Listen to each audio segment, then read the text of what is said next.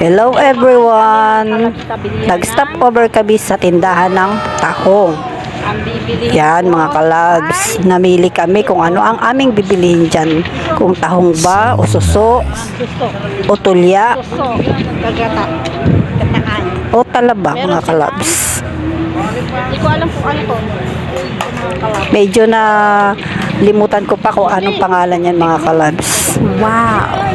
Yan, kuhol. Paano ba yung kainin? Gagataan. Nalimutan ko yung pangalan ng tulya. Gagataan. Tapos ito pa. Hindi mo na yung parang ito ay ilaga mo muna. Ito ay parang Yan mga kalabs.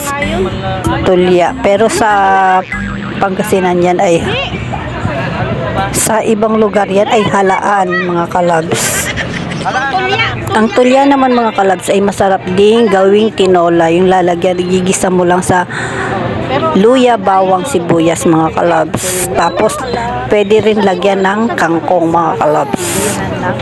Napakasarap din. Tulad ng tahong. Kasi parang gusto daw kumain ng suso. Gagataan ko. Lalagyan ko ng talaba. puso. Wow! Kaya Nag-stop over mo. talbos ng Pero ang kamote. ay suso kalabs kasi parang masarap igata sa puso ng saging o kaya talbos ng kamote, kung anong masarap igata mga kalabs ko. Tingnan nyo mga kalabs ko ano yung ginagawa ko. Ay, ito na. Libre lang to ni Ronnie. Diba?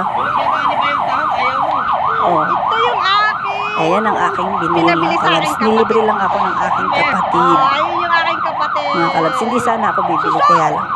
Suso ka. Binilihan niya ako kaya. Gagataan ko. Lalagyan ko talbos Kaya ng kamote. God bless Kaya at salamat aking puso ng kapatid. saging mga kalabs.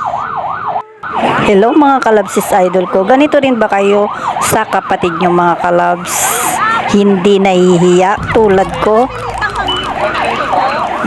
Kasi para sa akin mga kalabs, dapat ang magkakapatid nagbibigayan. Pero wag naman sanang aabusuhin. Minsan lang kasi magkita mga kalabs at magbanding. Maraming salamat. Salamat sa mga nanood. Bye-bye!